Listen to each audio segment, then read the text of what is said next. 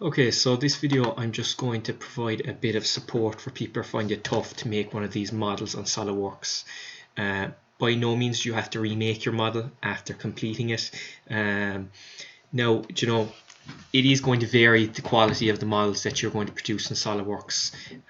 As long as you've provided some sort of model that's explaining one of the two of these, will be absolutely fine. So by no means will you repeat this and basically follow the instructions that I'm doing unless you need extra support in creating that model. So what I'm going to do now is I'm just going to jump over to SolidWorks and I'm going to complete an internal tangent plane model. So as you can see in the right hand side, so basically I'm going to deal with a sphere, a cone, and then I'm going to construct that upside down cone over it. And now, just to provide some additional support for anyone having trouble with the second activity, I'm actually going to base it on the positions of this cone and this sphere as seen in activity 2. So if I jump over here, now basically what I've provided here already is the planes of reference. You should all have no problem with creating these after following last week's tutorial. All it is two planar surfaces here and here, one representing the vertical plane and one representing the horizontal plane. So now what I'm going to do first of all, I'm going to look down on the horizontal plane and I'm going to draw on it like so, and I'm going to position the sphere and the cone, or the base circle of the cone, in the same position as it is in the question. Now, so what I'm going to do is I'm going to put my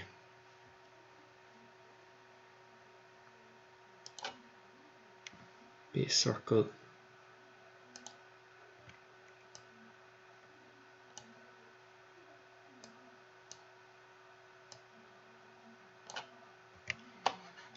like so, and I'm just going to fix that. I'm not too concerned about the size as long as it looks fairly right proportion wise.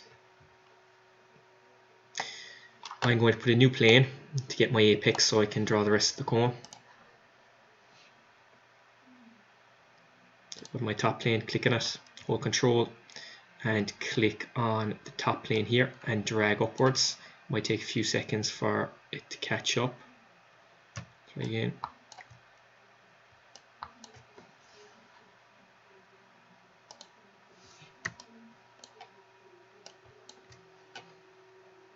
Bit of an issue here, wait on. Oh, I must exit the sketch first of all. Go into my top plane again, hold Control, click and drag. There we go.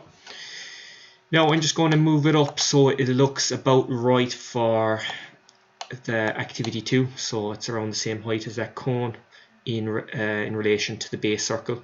So I'll just go up to about a bit less.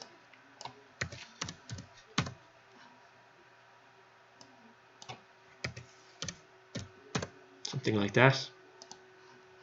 Now I'm going to draw on this new plane, so I'm going to right click and I'm going to sketch on it. Look down top of it again, and I'm just going to put a point in the center of the circle here, which is going to form my apex, as you can see there. Exit the sketch again. Go to my features and I'm going to loft. It already has the apex already selected. I'll just select the base cone. There we go. There we have our cone. Go for my tick. And then I'm just going to hide this plane so it's out of the way. Okay, so now I must drop in my sphere. And again, I'm going to keep it similar to what question 2 or activity 2 is asking. So to do that, I know that it's going to be a bit above the horizontal plane, this sphere. So I'm going to have a new plane again. Go to my top plane, hold Control, click and drag, and I'm going to bring that down.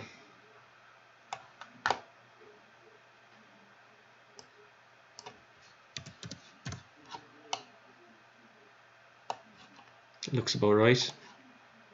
Now this plane, on this plane, is going to be where the center of the sphere is. Now if I look at it at plan, I know my sphere is going to be located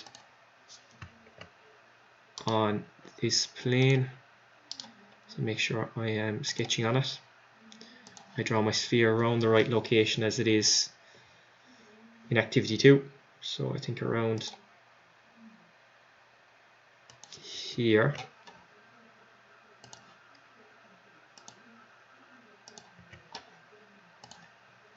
Trim it like so, and then I'm just going to revolve that after I exit my sketch.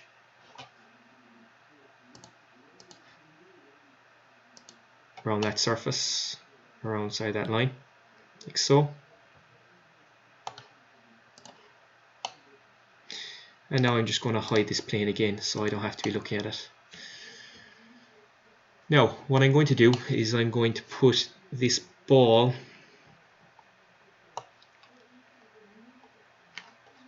or these two different colors. So I'll just go for low gloss first of all for appearance. I'll go for green for the cone, the loft green, and I'll go for blue for the sphere. Okay, so now I want to show the construction that is used to find basically that plane that's tangential to both of them, an internal tangential plane. So to do that, I'm going to follow my construction here by first of all drawing a cone that's around this sphere. So I'll need a plane that's located directly in the center of this. So if I use this one, hold Control, click and drag backwards. Now it's very hard to align it, so what I'm going to do is I'm going to go back to my design tree and I'm going to go for the sketch that I used to make the sphere in the first place, like so, and I'm going to show that, and then I'm going to press Control or hold Control and click this central point, and it should stick to it like so. Take that. Now I have my plane which I'm going to sketch on. I'm going to look at it from the front face, my elevation, straight in. So that's when I draw on this plane, the new plane that I have created there. I can put a line like so, just randomly, and then I can also put a line over where the extreme generator of my cone, and I can put a circle around my sphere like so. Now to ensure these don't move, I'm going to click on it and I'm going to say for construction, and I'm going to say fix, and then for this one I'm going to say that's for construction as well, and I'm going to fix it so it doesn't move. Now all I have to do is hold or click on the line, hold Control, click on the line I create over here, make sure it is parallel, and then I click on the line again, hold Control and click on my circle and say that it's tangential. So now it should stay parallel to this line, so it's creating let's say the side of a cone that is the same angle as this one, as well as that is tangential to the sphere, so it's going to be around the sphere. Okay. I'm going to look in the front again, and I'm going to draw the rest of the part of the cone that I need to finish it off.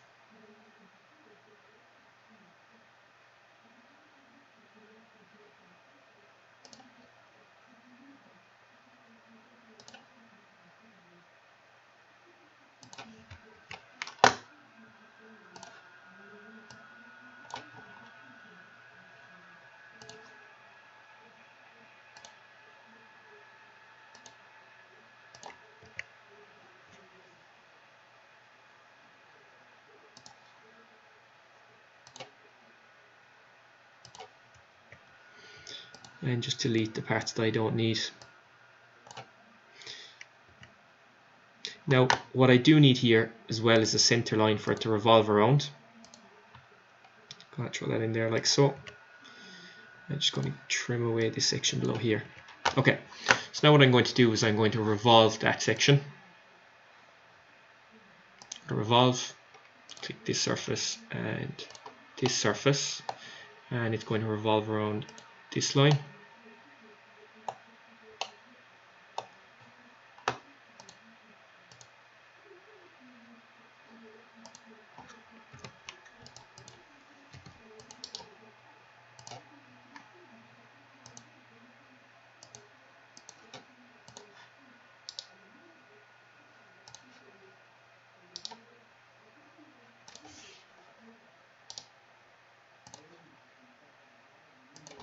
I'm going to delete this, see if that helps.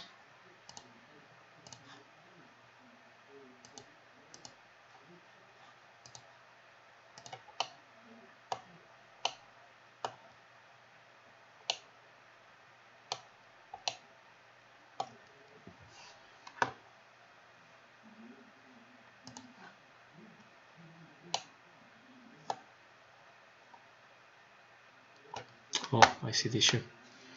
So if I go back into my sketch,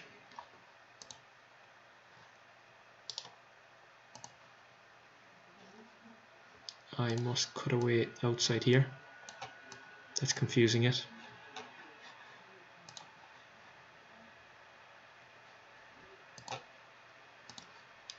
Evolve again. There we go. Now the issue I was having there is that I forgot to snip away the other half of my circle that I created there, which was just confusing what actually needs to be rotated. Now instead of doing the full 360 so I can't see my sphere inside, I'm going to bring this down to about 40 degrees. You can do it by eye yourself to see what looks well. I think I might go up to 50 there, a bit further. There we go, 50 degrees, and I'm going to go in the other direction, 50 degrees also, like so. And I'm going to tick that. Okay, now I'm going to hide this sketch because I no longer need to see it, so just hide it, like so. And so that I can see my sphere and show that this cone is actually not an object that is really here, it's just a part of the construction that's used. I'm going to put it a clear plastic, and I'm going to go for any one of these should be fine. Put over the revolve. I'm also going to change the color so it looks a bit better.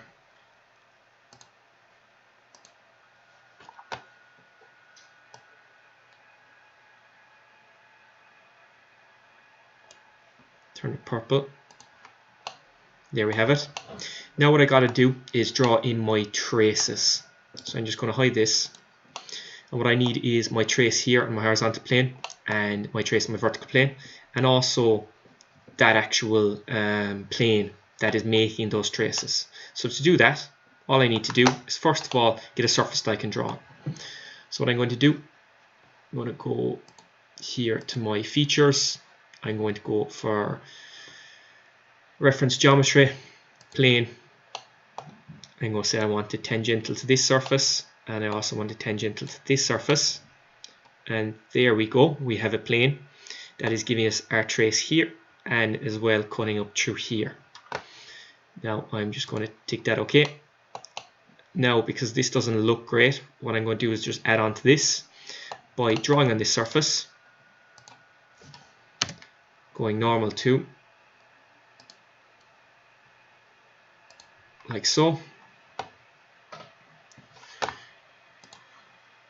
And I'm just going to try to sketch on where the plane is actually cutting through.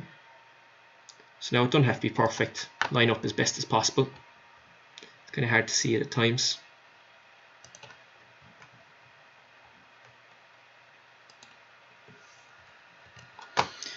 I'm going to get my spline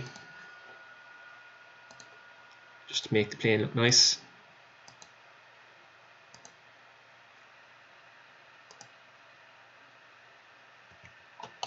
Like so. Go to my planar surface, give that a tick, and there we have it. Now just to finish it off, I like to hide that plane so you can't see it, as well as that make this clear by putting an appearance on it, and then if you like you can change the color of it. I think I'm just going to leave it like that. And then what you have here is you have a model explaining the construction, showing how the traces are, or where they are located and where they are. So for instance here, your VT and your HT trace, as well as that you have your sphere here, which the plane is tangential to if you look at it here as an edge view, as well as you can see how your cone is also tangential to it, and it has a line of contact. If you want, you can draw on that line of contact, and if you like, you can put in the position at this where the sphere actually touches that plane surface. But this is enough to suffice and hopefully you'll be able to do that. You can see that there's just a small bit of playing around with it to get it right. Give it the best shot you can. If you come up with a different variation of a similar model explaining it, that's absolutely fine.